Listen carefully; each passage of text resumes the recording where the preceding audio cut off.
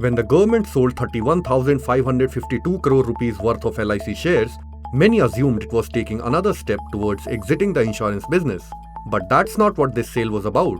The government diluted its stake in Life Insurance Corporation of India through an offer for sale or OFS, taking public shareholding to 10%, the minimum required under SEBI's listing rules. Even after the sale, however, the government continues to own 90% of LIC, and that tells us something important about India's approach to public sector companies. So why does the government prefer selling stakes instead of privatizing them?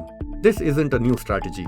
For years, the government has raised money by selling minority stakes in listed public sector companies such as Coal India, ONGC and NTPC. Since FY15, these minority stake sales have raised around 3.30 trillion rupees.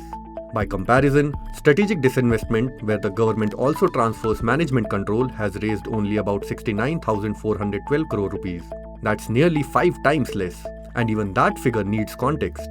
Of the 10 strategic transactions completed since FY15, only Air India and Neelachal Ispat Nigam were sold to private buyers. Most of the others were transfers between public sector entities. So why not simply privatize these companies? Because selling a minority stake is far easier than selling control. An OFS can be completed through the stock exchange at a market-determined price. A strategic sale, on the other hand, involves finding a buyer, negotiating liabilities, securing regulatory approvals, addressing land and pension issues, complying with takeover rules, and often dealing with resistance from employees, unions, and political groups. There is another important reason. Dividends. Central public sector enterprises paid the government around 74,000 crore rupees in dividends in FY25, while the FY26 budget projected dividend receipts of 69,000 crore rupees.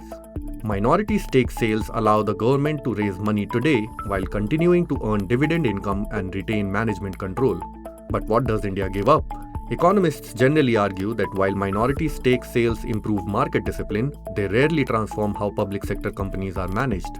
Strategic privatization, by contrast, can potentially improve efficiency, encourage innovation, and reduce the government's role in running commercial businesses.